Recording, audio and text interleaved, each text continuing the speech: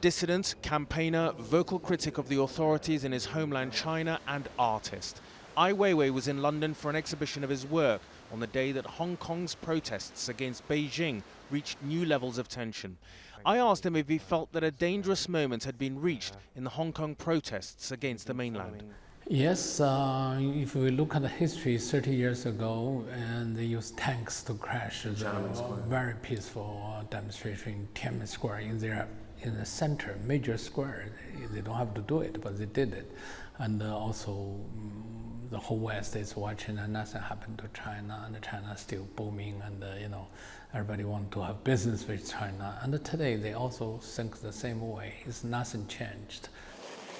Ai Weiwei is one of the most celebrated modern artists from China, with a critically acclaimed exhibition in the UK at the Tate Modern 9 years ago, using millions of sunflower seeds. But he's also been a human rights campaigner in China, where he's been arrested and held by the authorities.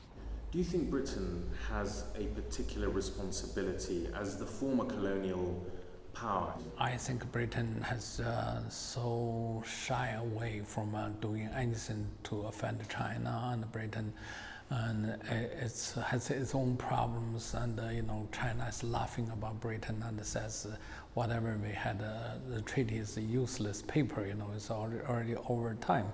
So Britain has been very weak on that, and which is not a good sign, and send back very bad signal to a state like China. And this all comes on the day that the 70th anniversary of the founding of Communist China is celebrated in Beijing. I think they have nothing to celebrate.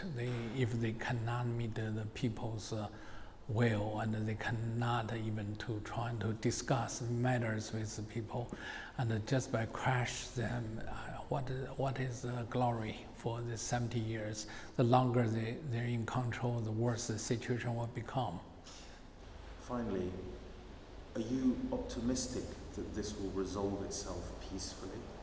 I'm not optimistic.